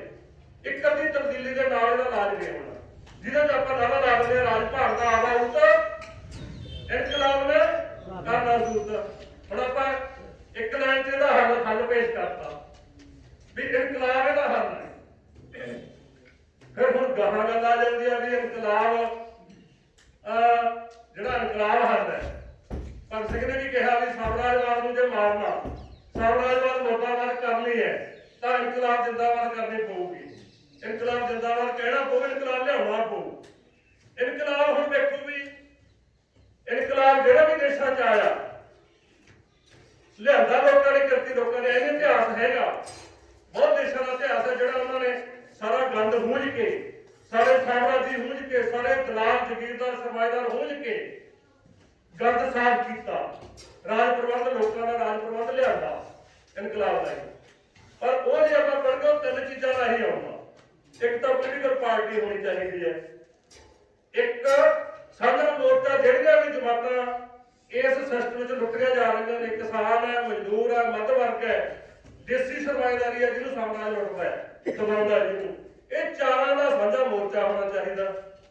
ਤੇ ਇੱਕ ਹੋਣੀ ਚਾਹੀਦੀ ਹੈ ਭਾਈ ਫੌਜ। ਇਹ ਤਿੰਨ ਚੀਜ਼ਾਂ ਬਿਨਾਂ ਇਨਕਲਾਬ ਨਹੀਂ ਹੁੰਦਾ। ਸੋ ਹੁਣ ਆਪਾਂ ਦੇਖੋ, ਜਿਹੜੀ ਆਪਾਂ ਕਿਸਾਨ ਯੂਨੀਅਨ ਵੱਲੋਂ ਕੋਈ ਪਾਰਟੀ ਨਹੀਂ, ਆਪਾਂ ਇਹ ਤਿੰਨੇ ਚੀਜ਼ਾਂ ਨਾ ਆਪਣਾ ਪ੍ਰੋਗਰਾਮ ਹੈ, ਆਪਾਂ ਵੀ ਤਿੰਨੇ ਚੀਜ਼ਾਂ ਸਿਰਜਣੀਆਂ ਨੇ। ਪਾਰਟੀ, ਪੋਲੀਟੀਕਲ ਪਾਰਟੀ ਜਿਹਦੇ ਕੋਲੇ ਸਾਰਾ ਪ੍ਰੋਗਰਾਮ ਹੋਵੇ ਇਨਕਲਾਬ ਦਾ, ਪੋਲੀਟੀਕਲ ਪ੍ਰੋਗਰਾਮ ਹੋਵੇ, ਪਾਲਿਸੀ ਹੋਵੇ ਜਿਹਦੇ ਕੋਲੇ, ਫੌਜ ਹੈ ਜਾਂ ਆਪਣਾ ਸਾਂਝਾ ਮੋਰਚਾ ਹੈ, ਇਹ ਸਾਰੀਆਂ ਚੀਜ਼ਾਂ ਦੀ ਤਿਆਰੀ ਕਰਦੀ ਹੁੰਦੀ ਹੈ ਪਾਰਟੀ। ਆਪਾਂ ਪਾਰਟੀ ਨਹੀਂ। ਸੋ ਉਹ ਤਾਂ ਹੁਣ ਗੱਲ ਹੋ ਗਈ ਵੀ ਭਾਈ ਜਦੋਂ ਕੋਈ ਪਾਰਟੀ ਆਊਗੀ ਇਹ ਜੀ ਕੋਈ ਉਸਰੂਗੀ ਕੋਈ, ਉਦੋਂ ਉਹ ਤਿੰਨੇ ਅੰਗ ਸਾੜ ਕੇ ਇਨਕਲਾਬ ਕਰ ਲੂਗੀ। ਫਿਰ ਸਵਾਲ ਆਉਂਦਾ ਵੀ ਫਿਰ ਉਹਨਾਂ ਚਿਰ ਜਿੰਨਾ ਚਿਰ ਕੋਈ ਪਾਰਟੀ ਆਉਂਦੀ ਨਹੀਂ, ਇਹ ਤਿੰਨੇ ਚੀਜ਼ਾਂ ਸਾੜਦੀ ਨੇ, ਉਹਨਾਂ ਚਿਰ ਤਾਂ ਇਨਕਲਾਬ ਹੋਣਾ ਨਹੀਂ। ਠੀਕ ਹੈ ਗੱਲ ਬਿਲਕੁਲ। ਫਿਰ ਉਹਨਾਂ ਚਿਰ ਆਪਾਂ ਕੀ ਕਰਗੇ? ਇਨਕਲਾਬ ਨੂੰ ਡਿੱਕੀ ਜਾ ਕੇ ਵੀ ਹਾਂ ਭਾਈ ਆਊਗਾ, ਅਸੀਂ ਬੈਠੇ ਰੱਖੇ। ਉਹਨਾਂ ਚਿਰ ਹੁਣ ਅਸੀਂ ਕੀ ਕਰੀਏ? ਉਹ ਅਗਲਾ ਹੱਲ। ਅਸੀਂ ਤੁਹਾਨੂੰ ਜਿਹੜਾ ਜਵਾਬ ਦੇਣਾ ਅੱਜ, ਜਿਹੜੀ ਇਹ ਵੋਟ ਬਾਈਕਾਟ ਮੁਹਿੰਮ ਕਮੇਟੀ ਹੈ, ਜਾਂ ਆਪਣੇ ਕਿਸਾਨ ਆਗੂ ਆ ਜਾਂ ਦੂਸਰੇ ਆਗੂ ਆ, ਲੋਕਾਂ ਮੋਰਚੇ ਦੇ ਆਗੂ ਆ, ਅਸੀਂ ਜਵਾਬ ਦੇਣਾ ਵੀ ਠੀਕ ਆ। ਉਹਨਾਂ ਚਿਰ ਜਦੋਂ ਚੀਜ਼ ਆਈ ਉਦੋਂ ਤੱਕ ਉਸ ਸੇਧ ਦੇ ਵਿੱਚ ਅਸੀਂ ਕੀ ਕਰਨਾ? ਅਸੀਂ ਕਹਿੰਦੇ ਹਾਂ ਵੀ ਆਪਣੀਆਂ ਪਹਿਲਾਂ ਜਥੇਬੰਦੀਆਂ ਮਜ਼ਬੂਤ ਕਰੋ, ਉਹਨਾਂ ਚਿਰ ਆਪਣਾ ਅੰਦੋਲਨ ਮਜ਼ਬੂਤ ਕਰੋ, ਸੰਘਰਸ਼ ਮਜ਼ਬੂਤ ਕਰੋ। ਹੈ ਜਿਹੇ ਜਿਹੇ ਜਿੱਲੇ ਅੱਗੇ ਇਹਦੇ ਵਿੱਚ ਗੰਦ 'ਚ ਪੈਣ ਦੀ ਬਜਾਏ, ਠੀਕ ਆ, ਉਹਨਾਂ ਚਿਰ ਇਹ ਗੰਦ ਰਹੂਗੇ। ਹੁਣ ਜੇ ਤੈਨੂੰ ਟਾਈਮ ਲੱਗੂਗਾ, ਉਹਨਾਂ ਚਿਰ ਇਹਨੂੰ ਸਹਿਣ ਕਰ ਲਓ। ਐਂ ਸਮਝ ਲਓ ਕਿ ਸਰਕਾਰ ਉਹਨਾਂ ਚਿਰ ਕਮਜ਼ੋਰ ਤੋਂ ਕਮਜ਼ੋਰ ਬਣੇ। ਵੋਟਾਂ ਪਾ ਕੇ ਤੁਸੀਂ ਲੈਣਾ ਤੇ ਲੱਗ ਕੇ 70% ਪੋਲਿੰਗ ਕਰਕੇ ਤੁਸੀਂ ਇਹਨਾਂ ਤੇ ਮੋਹਰ ਨਾ ਲਾਓ। ਇਹਦਾ ਜਿਹੜਾ ਮੈਂ ਪਹਿਲਾਂ ਵੀ ਕੀਤਾ ਸੀ, ਫਾਇਦਾ ਨਹੀਂ ਹੁੰਦਾ, ਨੁਕਸਾਨ ਇਹ ਹੋ ਜਾਂਦਾ ਵੀ ਤੁਸੀਂ ਉਹੀ ਜਿਹੜੀਆਂ ਪਾਰਲੀਮੈਂਟਾਂ, ਜਿਹੜੀਆਂ ਅਸੈਂਬਲੀਆਂ ਦੇ ਵਿੱਚੋਂ ਉਹ ਕਾਲੇ ਨਾਗ ਨਿਕਲੇ ਕਾਨੂੰਨਾਂ ਰੂਪੀ, ਜਾਂ ਨਿਕਲਦੇ ਰਹੇ ਆ ਜਾਂ ਨਿਕਲਣਗੇ ਆਉਣ ਵਾਲੇ ਸਮੇਂ 'ਚ, ਤੁਸੀਂ ਉਹਨਾਂ ਤੇ ਮੋਹਰ ਲਾਇਆ ਹੋਇਆ। ਉਹ ਨੁਕਸਾਨ ਹੈ ਜਿਹੜਾ ਉਹਨਾਂ ਦਾ ਧੋਖਾ ਹੈਗਾ। ਇੱਕ ਵੀ ਉਹ ਆਪਦੇ ਜਿਹੜਾ ਜਾਬਰ ਰਾਜ ਦੇ ਉੱਤੇ ਕਵਰ ਪਾਇਆ ਹੋਇਆ, ਇੱਕ ਗੁਲਾਬ ਚੜਿਆ ਹੋਇਆ ਜਿਹੜਾ ਲੋਕ ਰਾਜ ਦਾ, ਉਹ ਗੁਲਾਬ ਨੂੰ ਤੁਸੀਂ ਸਹੀ ਕਹਿਆ ਹੋਇਆ। ਜਦੋਂ ਤੁਸੀਂ ਚਾਹਦੇ ਹੋ ਵੋਟ ਪਾਉਣਾ, ਐਂ ਤਾਂ ਕਹਿੰਦੇ ਆਉਂਦੇ ਹੈ ਵੀ ਭਾਈ ਤੁਹਾਡਾ ਸਾਥੋਂ ਪਿਛਲੀ ਵਾਰ ਗਲਤ ਵੋਟ ਪੈ ਗਈ। ਅਰਥੋਂ ਦਾ ਇਹ ਹੁੰਦਾ ਜਦੋਂ ਤੁਸੀਂ ਦੁਬਾਰੇ ਵੋਟ ਪਾਉਣ ਜਾਂਦੇ ਹੋ ਵੀ ਪਿਛਲੀ ਵਾਰ ਸਾਥੋਂ ਗਲਤ ਵੋਟ ਪੈ ਗਈ, ਗਲਤ ਵੋਟ ਪਾਉਣ ਦੇ ਨਾਲ ਗਲਤ ਬੰਦੇ ਚੁਣੇ ਗਏ। ਹੁਣ ਤੁਹਾਡੀ ਅਸੈਂਬਲੀ ਨੇ ਸਾਨੂੰ ਇੱਕ ਹੋਰ ਮੌਕਾ ਦਿੱਤਾ, ਹੁਣ ਅਸੀਂ ਸਹੀ ਬੰਦੇ ਚੁਣਨਾ ਹੈ। ਇਹਦਾ ਮਤਲਬ ਉਹਨਾਂ ਦੀ ਜਿਹੜੀ ਉਹ ਧੋਖਾ, ਜਿਹੜਾ ਡਰਾਮਾ ਜਿਹੜਾ ਲੋਕਾਂ ਦੀ ਅਸੈਂਬਲੀ ਵਾਲਾ, ਉਹਨੂੰ ਤੁਸੀਂ ਫੇਰ ਸਹੀ ਕਿਹਾ। ਉਹਨਾਂ ਨੂੰ ਫੇਰ ਉਹਦੇ ਤੇ ਮੋਹਰ ਲੱਗ ਗਈ। ਉਹਦੇ ਤੇ ਜਦੋਂ 60% ਵੋਟ ਪੈ ਗਈ ਤਾਂ ਤੁਸੀਂ ਐ ਨਹੀਂ ਕਹਿ ਸਕਦੇ ਵੀ ਇਹ ਲੋਕਾਂ ਦੀ ਪ੍ਰਤੀਨਿਧ ਸਰਕਾਰ ਨੇ, ਜਿਹੜੀ ਵੀ ਬਣੀ, ਭਾਵੇਂ ਠੱਗ ਦੀ ਬਣ ਜੇ, ਚੋਰ ਦੀ ਬਣ ਜੇ, ਪਰ ਉਹ ਹੋਊਗਾ ਜਦੋਂ ਵੀ ਭਾਈ 50% ਤੋਂ ਵੱਧ ਵੋਟ ਇਸ ਵੋਟਾਂ ਪੋਲ ਹੋ ਗਈਆਂ। ਭਾਵੇਂ ਜਿੱਤਣ ਵਾਲੀ ਵੀ ਘੱਟ ਹੀ ਪੈ ਗਈ, ਕੁੱਲ ਵੋਟਾਂ ਤਾਂ ਇੱਥੇ ਲੋਕਾਂ ਨੇ 100 ਚੋਂ 70% ਵੋਟਰਾਂ ਨੇ ਆ ਕੇ ਲਾਈਨ 'ਚ ਖੜ ਕੇ ਵੋਟ ਪਾਈ ਹੈ। ਇਹਦਾ ਮਤਲਬ ਤੁਸੀਂ ਉਹਨੂੰ ਐ ਨਹੀਂ ਕਹਿ ਸਕਦੇ ਵੀ ਉਹ ਲੋਕਾਂ ਦੀ ਪ੍ਰਤੀਨਿਧ ਨਹੀਂ ਹੈ। ਜੇ ਤੁਸੀਂ ਨਾ ਬਣਾਉਣ ਜਾਓ, ਤੁਸੀਂ ਜਾਂ ਜ਼ੋਰ ਨਾ ਹੋਣੇ ਤੋਂ ਅੱਜ ਤੱਕ ਵੀ ਯਾਰ ਸਾਡੀ ਮੰਨ ਲਓ, ਜਿਵੇਂ ਤੁਸੀਂ ਪੁੱਛਦੇ ਆ ਨਾ ਵੀ ਅਸੀਂ ਕਹਿੰਦੇ ਆ ਵੀ ਬਾਈਕਾਟ ਕਰੋ। ਜੇ ਤੁਸੀਂ ਬਾਈਕਾਟ ਕਰਦੇ ਹੋ ਤਾਂ ਸਾਨੂੰ ਵੋਟ ਪੈ ਗਈ, ਸਰਜੀਤ ਪੂਰ ਨੂੰ ਵੋਟ ਪੈ ਗਈ, ਵੀਕਜੂ ਕ੍ਰਾਂਤੀਕਾਰੀ ਨੂੰ ਵੋਟ ਪੈ ਗਈ, ਜੇ ਤੁਸੀਂ ਉੱਥੇ ਲਾਈਨ 'ਚ ਨਹੀਂ ਲੱਗਦੇ। ਆਪਾਂ ਐਵੇਂ ਚਲਾ ਕੇ ਜੇ ਆਪਾਂ 40% ਜਾਂ 50% ਤੋਂ ਘੱਟ ਵੋਟ ਕਰਾ ਦੇਈਏ ਤਾਂ ਅਸੀਂ ਕਹਿਣ ਜੋਗੇ ਹੋਵਾਂਗੇ। ਪਹਿਲੀ ਗੱਲ ਤਾਂ ਕਮਜ਼ੋਰ ਹੋਊ, ਲੰਗੜੀ ਲੁਗੜੀ ਹੋਊਗੀ, ਉਹ ਇੱਕ ਪਾਰਟੀ ਦੀ ਸਰਕਾਰ ਦੀ ਬਣੂਗੀ। ਸਾਨੂੰ ਉਹਨੂੰ ਢਾਉਣਾ, ਅੰਦੋਲਨ ਰਾਹੀਂ, ਸੰਘਰਸ਼ ਰਾਹੀਂ ਉਹਨੂੰ ਕੁੱਟਣਾ, ਕੁੱਟ ਕੇ ਉਹਨੂੰ, ਜਿਵੇਂ ਹੁਣ ਅਸੀਂ ਕਾਨੂੰਨ ਬਣਾਏ ਆ, ਕਾਨੂੰਨ ਰੱਦ ਕਰਵਾਏ ਆ, ਉਹ ਜਿੰਨੀ ਕਮਜ਼ੋਰ ਹੋਊਗੀ, ਘੱਟ ਪ੍ਰਤੀਨਿਧਤਾ ਵਾਲੀ ਹੋਊਗੀ, ਉਹਨੂੰ ਕੁੱਟਣਾ ਸਾਨੂੰ ਸੌਖਾ ਹੋਊਗਾ। ਇੱਕ ਤਾਂ ਸਾਡੇ ਬਾਈਕਾਟ ਦਾ ਫਾਇਦਾ ਹੋਊ, ਦੂਜਾ ਸਾਡੇ ਬਾਈਕਾਟ ਦਾ ਜਾਂ ਲਾਈਨ 'ਚ ਨਾ ਲੱਗਣ ਦਾ ਇਹ ਫਾਇਦਾ ਹੋ ਜੂ ਬਈ ਜਦੋਂ ਅਸੀਂ ਐਡੀ ਵੱਡੀ ਗਿਣਤੀ ਦੇ ਵਿੱਚ ਵੋਟ ਪੋਲ ਕਰਕੇ ਠੱਗਾਂ ਦੀ ਸਰਕਾਰ ਬਣਾ ਕੇ ਦੁਬਾਰੇ ਸਾਨੂੰ ਤਾਂ ਅਗਲੇ ਵੀ ਜਦੋਂ ਸਰਕਾਰ ਦੀ ਸਹੁੰ ਚੁੱਕ ਲਈ, ਉਦੋਂ ਅਗਲੇ ਵੀ ਸਾਡਾ ਤਾਂ ਅੰਦੋਲਨ ਹੋਊਗਾ। ਆਹੀ ਅੰਦੋਲਨ ਜਿਹੜੇ ਕਿਸਾਨਾਂ ਵਾਲਾ, ਮਜ਼ਦੂਰਾਂ ਵਾਲੇ ਆ, ਠੇਕਾ ਜਿਹੜੇ ਕੱਚੇ ਮੁਲਾਜ਼ਮ ਹੈ, ਜਿਹੜੇ ਠੇਕਾ ਆਪਣਾ ਮੁਲਾਜ਼ਮ ਜਿਹੜਾ ਸੰਘਰਸ਼ ਮੋਰਚੇ ਵਾਲਾ, ਇਹ ਅੰਦੋਲਨ ਸਾਰੇ ਟੈਂਕੀਆਂ ਵਾਲੇ ਜਿਹੜੇ ਜਾਂ ਨਹਿਰਾਂ 'ਚ ਛਾਲੇ ਮਾਰਨ ਵਾਲੇ ਸਾਰੇ ਦੇ ਅੰਦੋਲਨ ਹੀ ਰਹਿਣਗੇ। ਤੇ ਜਦੋਂ ਰਹਿਣਗੇ ਤਾਂ ਜਦੋਂ ਅਸੀਂ ਅਧਿਕਾਰੀਆਂ ਕੋਲ ਜਾਂਦੇ ਹਾਂ, ਕਿਸੇ ਕੋਲ ਡੀਸੀ ਕੋਲੇ, ਕਿਸੇ ਹੋਰ ਅਧਿਕਾਰੀ ਕੋਲੇ, ਤਾਂ ਸਭ ਤੋਂ ਪਹਿਲਾਂ ਸਾਡੇ ਤੇ ਇੱਕ ਅਖਲਾਕੀ ਸੱਟ ਮਾਰਦਾ। ਕੀ ਮਾਰਦਾ ਭਲਾ? ਅਸੀਂ ਤਾਂ ਝੱਲ ਗਿਆ ਬਹੁਤ ਵੀ ਪ੍ਰਧਾਨ ਜੀ ਕੱਲ ਤੁਸੀਂ ਬਣਾ ਕੇ ਆਏ, ਹੁਣ ਤੁਸੀਂ ਅੰਦੋਲਨ ਕਰਨ ਲੱਗ ਜਾਓ। ਤੁਸੀਂ ਬਣਾ ਕੇ ਆਏ ਕੱਲ, ਜਦ ਕਿ ਆਪਾਂ ਬੜਾਈ ਨਹੀਂ ਹੁੰਦੀ, ਵੋਟ ਵੀ ਨਹੀਂ ਪਾਈ ਹੁੰਦੀ, ਪਰ ਜਦੋਂ 70% ਲੋਕਾਂ ਦੀ ਵੋਟ ਪਈ ਹੁੰਦੀ ਹੈ ਤਾਂ ਉਹ ਫਿਰ ਤਾਂ ਕਹਿਣਗੇ ਤੁਸੀਂ ਬਣਾ ਕੇ ਆਏ। ਜੇ ਉਹ ਤੁਹਾਡੇ ਬਾਈਕਾਟ ਕਰਕੇ ਵੋਟ ਦੀ ਪੋਲ ਘੱਟ ਹੋਊ ਤਾਂ ਅਸੀਂ ਕਹਿ ਦੇਂਗੇ ਡੀਸੀ ਨੂੰ ਵੀ ਅਸੀਂ ਕਿਸੇ ਕੰਜਰ ਨੂੰ ਨਹੀਂ ਬਣਾ ਕੇ ਆਏ, ਅਸੀਂ ਕਿਸੇ ਕੰਜਰ ਨੂੰ ਵੋਟ ਨਹੀਂ ਪਾਈ। ਲੋਕਾਂ ਨੇ ਨਹੀਂ ਪਾਈ, ਉਹ 45% ਦਾ ਪੋਲ ਹੋਈ ਹੈ, ਜਿਹਦੇ ਕਿ ਪੋਲ ਵੋਟਾਂ ਦਾ 55 ਵੀ ਨਹੀਂ ਪਾਈ ਇਹ, ਤੇ ਫਿਰ ਵੀ ਤੁਸੀਂ ਕਿਵੇਂ ਕਹਿੰਦੇ ਹੋ, ਕਿਵੇਂ ਕਹਿੰਦੇ ਹੋ ਤੁਸੀਂ ਵੀ ਸਾਡੀ ਬਣਾਈ ਹੋਈ ਹੈ? ਅਸੀਂ ਨਹੀਂ ਬਣਾਈ ਹੋਈ, ਤੇ ਨਾ ਅਸੀਂ ਸਾਨੂੰ ਪਹਿਲਾਂ ਹੀ ਪਤਾ ਸੀ ਵੀ ਆਹ ਕੁਝ ਕਰਨਾ, ਤਾਂ ਹੀ ਅਸੀਂ ਵੋਟਾਂ ਪਾਉਣਗੇ। ਅਸੀਂ ਅਖਲਾਕੀ ਤੌਰ ਤੇ ਉੱਥੇ ਨੀਵੇਂ ਤਾਂ ਨਹੀਂ ਹੋਵਾਂਗੇ, ਸਾਡਾ ਸਿਰ ਤਾਂ ਨਹੀਂ ਨੀਵਾਂ ਹੋਊਗਾ ਡੀਸੀ ਕੋਲੇ ਜਾ ਕੇ ਜਦੋਂ ਆਣਾ ਕਹਿੰਦੇ ਹੁਣ ਤੁਸੀਂ ਸੰਘਰਸ਼ ਕਰ ਸਕਦੇ ਜੇ ਕੱਲ ਬਣਾ ਕੇ ਆਏ ਤੁਸੀਂ। ਸੋ ਇਹ ਸਾਡੇ ਤੇ ਅਖਲਾਕੀ ਮਾਰਦੇ ਨੇ। ਅਗਲੀ ਗੱਲ ਜਿਹੜੀ ਆਪਾਂ ਕਹਿੰਦਾ ਸੀ ਮੋਹਰਾ ਬਣਾਉਣ ਵਾਲੀ ਗੱਲ, ਤਸਦੀਕ ਵਾਲੀ ਗੱਲ, ਇਹ ਭਰਾਵੋ ਉੱਥੇ ਹੀ ਆ ਜਿੱਥੇ ਆਪਣੀ ਜਥੇਬੰਦੀ ਕਮਜ਼ੋਰ ਹੈ ਜਾਂ ਜਥੇਬੰਦੀ ਹੈ ਨਹੀਂ। ਮੈਂ ਕਹਿੰਦਾ ਵੀ ਜਿਹੜੇ ਵੀ ਪਿੰਡ ਦੇ ਵਿੱਚ ਤੁਹਾਡਾ ਯੂਨਿਟ ਹੈਗਾ, ਜਥੇਬੰਦੀ ਮਜ਼ਬੂਤ ਹੈ, ਕਿਸਾਨ ਜਥੇਬੰਦੀ ਮਜ਼ਬੂਤ ਹੈ, ਮਜ਼ਦੂਰ ਜਥੇਬੰਦੀ ਮਜ਼ਬੂਤ ਹੈ, ਕਿਸੇ ਮੈਂਬਰ ਦੀ ਪੰਚਾਇਤ ਦੀ, ਕਿਸੇ ਨੰਬਰਦਾਰ ਦੀ ਯੂਨਿਟ ਦੀ ਵੀ ਤੁਹਾਨੂੰ ਜਵਾਬ ਦੇ ਜਿਓ। ਉੱਥੇ ਜਵਾਬ ਦਿੰਦੇ ਜਿੱਥੇ ਤੁਸੀਂ ਕਮਜ਼ੋਰ ਹੈ, ਤੁਹਾਡੀ ਯੂਨਿਟ ਕਮਜ਼ੋਰ ਹੈ, ਜਥੇਬੰਦੀ ਕਮਜ਼ੋਰ ਹੈ। ਜਿੱਥੇ ਜਥੇਬੰਦੀ ਤਗੜੀ ਹੈ ਉਹ ਮਗਰ ਫਿਰਦੇ ਆ। ਅਸੀਂ ਸਾਡੇ ਨਾਲ ਪਿੱਛੇ ਆਹ ਜਿਹੜੀਆਂ ਬਣਾਏ ਸੀ, ਕਿਹੜੇ ਕਾਰਡ ਜੇ ਸ਼ਾਇਦ ਆਹ ਰਾਸ਼ਨ ਵਾਲੇ ਕਾਰਡ ਜੇ ਬਣਾਏ ਸੀਗੇ, ਜਦੋਂ ਇਹਨਾਂ ਨੇ ਬਾਰ-ਬਾਰ ਕੱਟ ਕੇ ਦਿੱਤੇ ਸੀਗੇ, ਫਿਰ ਦੁਬਾਰੇ ਬਣਾਏ ਸੀਗੇ। ਉੱਥੇ ਵੀ ਉਹ ਜਿਹੜਾ ਰਾਸ਼ਨ ਵਾਲੇ ਕਾਰਡ ਦੀ ਖਾਤਰ, ਸਸਤੇ ਰਾਸ਼ਨ ਵਾਲੇ ਕਾਰਡ ਦੀ ਖਾਤਰ ਫਾਰਮ ਭਰਨਾ ਪੈਂਦਾ ਸੀ। ਹੁਣ ਦੀ ਮਿਸਾਲ ਹੈ ਵੀ ਜਿੰਨੇ ਐਮਸੀ ਆ ਸਾਰੇ ਨੇ ਸੀਗਾ ਵੀ ਜੀ ਆ 700 ਲਵਾ ਲਓ ਜੀ, 700 ਹੋਰ ਲਵਾ ਲਓ, ਇੱਕ ਪੈਸੇ ਵੀ 700 ਲਵਾਓਗੇ ਤਾਂ ਕਿ ਆਪਾਂ ਇਹਦੇ ਨਾਲ ਆਪਣੀ ਥੋੜੀ ਜਿਹੀ ਨੇੜਤਾ ਜੀ ਹੋ ਜੇ, ਆਪਣਾ ਦੂਜੀ ਜਿਹੜੀ ਦੂਰੀ ਜੀ ਘਟ ਜੇ। ਸੋ ਇਸ ਕਰਕੇ ਦੂਜੀ ਗੱਲ ਜਿਹੜੀ ਤਸਦੀਕ ਕਰਨਾ, ਇਹ ਫਾਰਮ ਤਸਦੀਕ ਕਰਦਾ, ਜੇ ਕੋਈ ਨਹੀਂ ਵੀ ਕਰਦਾ ਤਾਂ ਤੁਸੀਂ ਜਵਾਬ ਦੇ ਦਿਓ ਵੀ ਯਾਰ ਕੋਈ ਲੋੜ ਨਹੀਂ, ਤੁਸੀਂ ਤਹਿਸੀਲਦਾਰ ਕੋਲੇ ਜਾਓ ਵੀ ਜੇ ਸਾਡਾ ਆਹ ਆਧਾਰ ਕਾਰਡ ਬਣਿਆ ਹੋਇਆ, ਆਧਾਰ ਕਾਰਡ ਜਿਹਦੇ ਕੋਲੇ ਬਣਿਆ ਉਹਨੂੰ ਤਸਦੀਕ ਕਰਵਾਉਣ ਦੀ ਲੋੜ ਹੀ ਨਹੀਂ, ਆਪਣੇ ਆਪ ਹੀ ਸਬੂਤ ਹੈ ਵੀ ਹਾਂ ਇਹ ਸਭ ਤੋਂ ਵੱਡਾ ਜਿਹੜਾ ਡਾਕੂਮੈਂਟਰੀ ਸਬੂਤ ਹੈ ਕਿਸੇ ਦੇ ਵੀ ਉਹ ਖੂਨ ਦਾ ਵਸਿੰਦਾ ਹੈ ਜਾਂ ਨਾ ਹੈ। ਸਭ ਤੋਂ ਵੱਡਾ ਡਾਕੂਮੈਂਟਰੀ ਜਿਹੜਾ ਸਬੂਤ ਹੈ ਉਹ ਆਧਾਰ ਕਾਰਡ ਦਾ, ਵੀ ਮੇਰੇ ਕੋਲ ਆਧਾਰ ਕਾਰਡ ਹੈਗਾ, ਤਹਿਸੀਲਦਾਰ ਕੋਲੇ ਜਾਓ, ਪਰ ਉਹ ਸਾਡਾ ਹੈਗਾ ਵਿਰੋਧੀ, ਉਹ ਮੇਰੇ ਨਾਲ ਲੜੀਆਂ ਕਢਾਉਂਦਾ, ਕਰਦਾ ਨਹੀਂ, ਇਸ ਕਰਕੇ ਤੁਸੀਂ ਕਰੋ, ਤਹਿਸੀਲਦਾਰ ਨੂੰ ਕਰਨਾ ਪਊਗਾ। ਕੋਈ ਵੀ ਫਾਰਮ ਹੈ ਜਿਹੜਾ, ਜੇ ਕੋਈ ਨੰਬਰ ਦਾ ਪੰਚ ਸਰਪੰਚ ਨਹੀਂ ਕਰਦਾ, ਆਧਾਰ ਕਾਰਡ ਲਿਜਾਓ, ਤਹਿਸੀਲਦਾਰ ਕਰੂਗਾ। ਜੇ ਤਹਿਸੀਲਦਾਰ ਵੀ ਨਹੀਂ ਕਰਦਾ ਫਿਰ ਯੂਨਿਟ ਕੋਲੇ ਆ ਜਾਓ, ਡੰਡੇ ਨਾਲ ਕਰਾਵਾਂਗੇ। ਸੋ ਇਹ ਗੱਲਾਂ ਬਹੁਤ ਛੋਟੀਆਂ ਨੇ ਵੀ ਅਸੀਂ ਤਾਂ ਵੋਟਾਂ ਪਾਉਂਦੇ ਵੀ ਜੇ ਸਾਡਾ ਸਾਨੂੰ ਉਹਨਾਂ ਕੋਲੇ ਬਹੁਤ ਹੋਣ ਜਾਣੇ ਤੋਂ ਜਿਹੜਾ ਖੁਸ਼ ਹੋ ਕੇ ਲਾਉਂਦਾ ਜੇ ਮਾੜੀ ਮੋਟੀ ਉਹ ਚੜਖੜ ਜੀ ਕਰਦਾ ਤੇ ਜਾ ਅਸੀਂ ਤਾਂ ਬਣਾ ਨਹੀਂ ਸਾਰ ਲਾਂਗੇ। ਸੋ ਇਹ ਗੱਲਾਂ ਦਾ ਜਦੋਂ ਤੁਹਾਡੀ ਤਾਕਤ ਹੋਈ ਉਹਦੇ ਨਾਲ ਹੀ ਸਾਰੀਆਂ ਹੱਲ ਹੋਣਗੀਆਂ।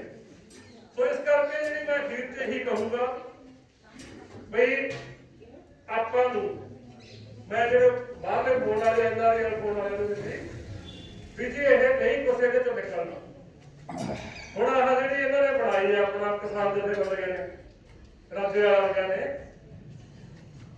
ਉਹਨਾਂ ਨੂੰ ਪੱਤਰਕਾਰ ਪੁੱਛਦੇ ਨੇ, ਕਹਿੰਦੇ ਵੀ ਯਾਰ ਤੁਸੀਂ ਐਂ ਨੂੰ ਦੱਸ ਦਿਓ ਵੀ ਤੁਹਾਡੇ ਕੋਲ ਕੋਈ ਸੂਝ ਬਣਦੀ ਹੈ ਕਿ ਨਹੀਂ, ਤੁਹਾਡੇ ਕੋਲ ਬਦਲ ਕੀ ਹੈ, ਬੇਰੁਜ਼ਗਾਰੀ ਦਾ ਬਦਲ ਕੀ ਹੈ ਤੁਹਾਡੇ ਕੋਲੇ, ਤੁਹਾਡੇ ਕੋਲੇ ਆਹ ਕਿਸਾਨਾਂ ਦਾ ਕਰਜ਼ਾ ਪਿਛਲੀਆਂ ਸਰਕਾਰਾਂ ਮਾਫ ਨਹੀਂ ਕਰ ਸਕਦੀਆਂ, ਵਾਅਦਾ ਕਰਕੇ ਸਿਰਫ ਉਹ 2 ਲੱਖ ਜਾਂ ਜਿਹੜੇ ਆਪਣੇ ਸੁਸਾਇਟੀ ਵਾਲੇ ਮਾਫ ਕਰ ਸਕੇ, ਬਾਕੀ ਨਹੀਂ ਕਰ ਸਕਦੀਆਂ।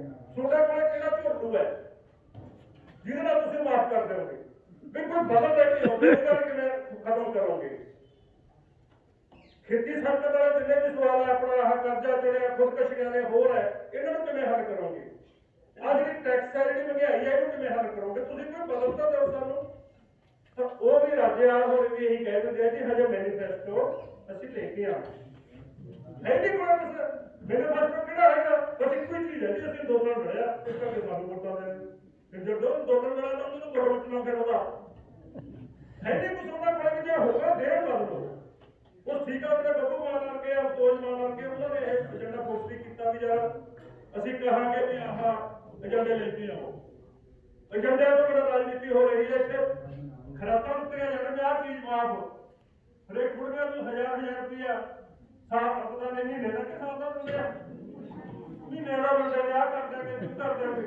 ਕੀ ਹੈ ਸਾਡਾ ਕੋਈ ਬਦਲ ਹੈ ਨਹੀਂ ਉਹਨਾਂ ਕੋਲ ਵੀ ਅਸੀਂ ਜਿਹੜੀਆਂ ਖੇਤੀ ਨੀਤੀਆਂ ਨੇ, ਨਵੀਆਂ ਆਰਥਿਕ ਨੀਤੀਆਂ ਨੂੰ ਐ ਖਤਮ ਕਰਾਂਗੇ। WTO ਚੋਂ ਭਾਰਤ ਨੂੰ ਬਾਹਰ ਕੱਢਾਂਗੇ, ਗੁਲਾਮੀ ਐ ਚੱਕਾਂਗੇ, ਕਾਰਪੋਰੇਟਾਂ ਦੇ ਟੈਕਸਾਂ ਲਾਵਾਂਗੇ, ਜ਼ਿਆਦਾ ਟੈਕਸ। ਕਿਸੇ ਕੋਲ ਕੋਈ ਸਵਾਲ ਹੈ ਨਹੀਂ, ਕਿਸੇ ਦਾ ਕੋਈ ਏਜੰਡੇ ਨਹੀਂ ਹੈ ਗੱਲ। ਜਿਹਦੇ ਏਜੰਡੇ 'ਚ ਹੈ ਨਹੀਂ, ਖਾਨੇ 'ਚ ਹੈ ਨਹੀਂ, ਉਹ ਕਰੂਗਾ ਕਿੱਥੋਂ ਆਏ? ਖਾਨੇ 'ਚ ਇਹੀ ਗੱਲ ਹੈ ਜੀ, ਬਸ ਇੱਕ ਵਾਰੀ ਮੈਨੀਫੈਸਟੋ ਦੀਆਂ ਗੱਪੇ ਦੇ ਹੁੰਦੇ ਨੇ, ਵਾਅਦੇ ਆਉਂਦਾ ਕਰ ਲੈ ਵੀ ਆਹ ਕਰ ਦਾਂਗੇ, ਆਹ ਕਰ ਦਾਂਗੇ, ਆਹ ਕਰ ਦਾਂਗੇ, ਆਹ ਕਰ ਦਾਂਗੇ, ਪਰ ਕਰੋਗੇ ਕਿਵੇਂ? ਉੱਥੋਂ ਤੱਕ ਪਹੁੰਚੋਗੇ ਕਿਵੇਂ?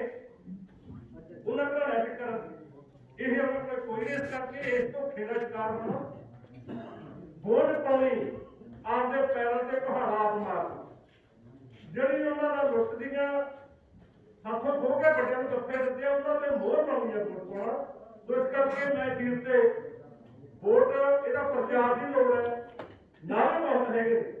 ਹੁਣ ਆਪਾਂ ਮੈਂ ਅਖੀਰ ਤੇ ਕਹੂੰਗਾ ਕੰਕਰੀਟਰ ਵੀ ਅਸੀਂ ਪਿੱਛੇ ਸਕੂਲ ਦੇ ਵਿੱਚ ਵਧੀਆ ਸੈਂਟਰ ਤੋਂ ਜਿਹੜਾ ਪੇਂਟਰ ਹੈ ਪੱਕਾ ਰੰਗ ਲੈ ਕੇ ਨਾਅਰੇ ਜਿਹਨੇ ਲਿਖਿਆ ਉਹ ਨਾਅਰੇ ਨੇ ਮੇਰਾ ਖਿਆਲ ਹੈ ਸਾਡੇ ਕੋਲ ਇਹ ਕਹਿੰਦੇ ਸੀ ਉਹ ਨਾਅਰੇ ਦਾ ਜਵਾਬ ਦੇ ਦਿਓ, ਫਿਰ ਅਸੀਂ ਵੋਟ ਪਾਵਾਂਗੇ। ਜਿਵੇਂ ਆਪਣਾ ਨਾਅਰਾ ਸੀਗਾ ਹੱਥੋਂ ਖੋ ਵੱਡਿਆਂ ਨੂੰ ਛੋਟਾ, ਲੁੱਟ ਤੇ ਮੋਹਰ ਲਗਾਉਂਦੀਆਂ ਵੋਟਾਂ। ਉਹ ਕਹਿੰਦੇ ਜਵਾਬ ਦਿਓ ਵੀ ਇਹ ਵੱਡਿਆਂ ਨੂੰ ਛੋਟਾ ਨਹੀਂ ਦਿੱਤੀਆਂ ਤੁਸੀਂ ਪਿਛਲੇ ਨੇ, ਹੁਣ ਕਿਵੇਂ ਤੁਸੀਂ ਉਹਨਾਂ ਨੂੰ ਵੱਡਿਆਂ ਨੂੰ ਛੋਟਾ ਦਿੱਤੇ ਕਰੋ? ਮਤਲਬ ਹਰੇਕ ਨਾਰਾ ਆਪਣੇ ਆਪ ਸਵਾਲ ਸੀਗਾ। ਇਸ ਕਰਕੇ ਉਹ ਨਾਰੇ ਰਾਹੀਂ ਪਿੰਡਾਂ 'ਚ ਸਟਿੱਕਰ ਲੈ ਲਓ, ਇਹ ਗੱਡੀਆਂ ਤੇ ਆਪਾਂ ਸਟਿੱਕਰ ਬਣਾ ਕੇ ਆਪਣੇ ਵੀ ਕਰਾ ਕੇ ਲਾ ਸਕਦੇ ਆ ਸਾਰੇ ਜਿਹੜੇ ਵੋਟ ਬਾਈਕਾਟ ਦੇ ਮਤਲਬ ਨਾਰੇ ਹੈ। ਸੋ ਇਸ ਕਰਕੇ ਇਸ ਨੂੰ ਜਿੰਨੀ ਆਪਾਂ ਦੇ ਵਿਚਾਰ ਲਾਂਗੇ ਇਹ ਕੱਢੋਗੇ, ਜਿਵੇਂ ਕਹਿੰਦੇ ਹੁੰਦੇ ਨੇ ਵੀ ਮੇਲੇ ਦੀਆਂ ਵੋਟਾਂ ਪੈ ਗਈਆਂ ਪਿੰਡ 'ਚੋਂ, ਆਪਾਂ ਇਹ ਕੱਢਦੇ ਵੀ ਆਪਣੀ ਬਾਈਕਾਟ ਮੁਹਿੰਮ ਵਾਲੀ ਕਮੇਟੀ ਲੋਕ ਪਿੰਡ 'ਚੋਂ ਕਿੰਨੇ ਘਰਾਂ ਨੇ, ਫਲਾਣੇ ਪਿੰਡ 'ਚੋਂ ਕਿੰਨੇ ਘਰਾਂ ਨੇ ਵੋਟ ਨਹੀਂ ਪਾਈ, ਫਲਾਣੇ ਪਿੰਡ 'ਚੋਂ ਕਿੰਨੇ ਘਰਾਂ ਨੇ ਵੋਟ ਨਹੀਂ ਪਾਈ। ਜਿੰਨਾ ਆਪਾਂ ਇਹ ਜੋਰ ਲਾ ਕੇ ਆਪਾਂ ਦੇਖ ਲਓ, ਜੇ ਇਸ ਭਾਵਨਾ ਨਾਲ ਜੋਰ ਲਾਵਾਂਗੇ ਤਾਂ ਆਪਣੀ ਮੁਹਿੰਮ ਸਫਲ ਹੋਊਗੀ। ਸਾਡਾ ਵੀ ਜਿਹੜਾ ਮਿਹਨਤ ਹੈ ਉਦੋਂ ਸਫਲ ਹੋਊਗਾ। ਇਹਦੇ ਨਾਲ ਹੀ ਸਾਰੇ ਵੀਰਾਂ ਦਾ ਬਹੁਤ ਬਹੁਤ ਧੰਨਵਾਦ। ਧੰਨਵਾਦ ਪ੍ਰਧਾਨ ਜੀ।